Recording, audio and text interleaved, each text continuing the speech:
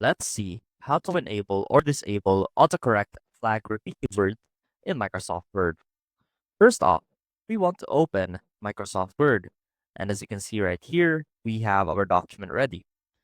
Now let's say that you're working on a particular document that um, requires you to use a word multiple times. However, this word gets autocorrected by Microsoft Word into its supposedly correct spelling.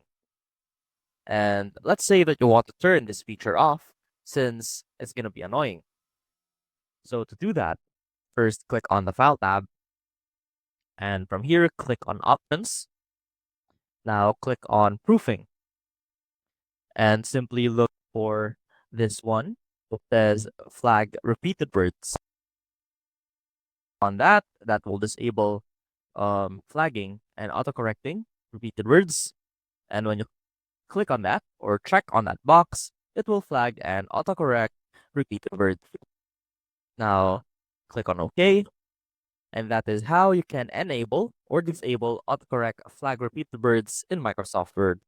I hope this helped, and I will see you soon.